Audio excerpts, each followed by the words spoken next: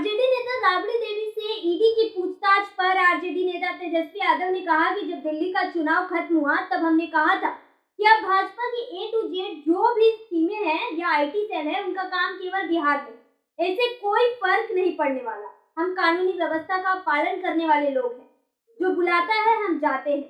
अगर मैं राजनीति में नहीं होता तो मेरे ऊपर एक भी केस होता क्या?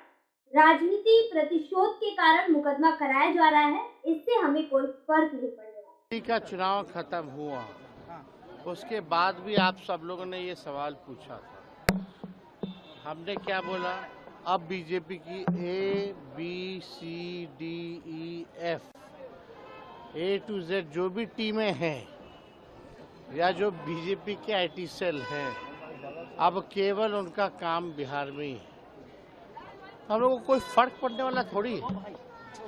कोई आए जाए ठीक है, एक कानूनी एक व्यवस्था है, उस कानूनी व्यवस्था का हम सब लोग पालन करने वाले लोग हैं। बुलाता है हम लोग जाते हैं, लेकिन होना कुछ थोड़ी है। आप तो स्वाभाविक है ना। अगर हम राजनीति में नहीं होते तो मेरे पे एक केस होता क्या?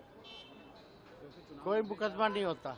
हम राजनीति में हैं, इसलिए पॉलिटिकल वेंडेटा के हिसाब से, राजनीतिक षड्यंत्र के हिसाब से मुकदमाएं जो हैं वो की जा रही हैं, और इससे हम लोगों को फर्क पड़ने वाला नहीं।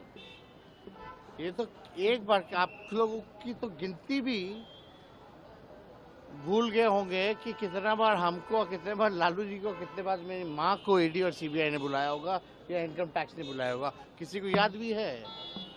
तो जब बुलाएगा तो जाएंगे, कानून का पालन करते हैं। ये लोग घबराए वाले लोग हैं, घबराते रहे। डर है, भय है।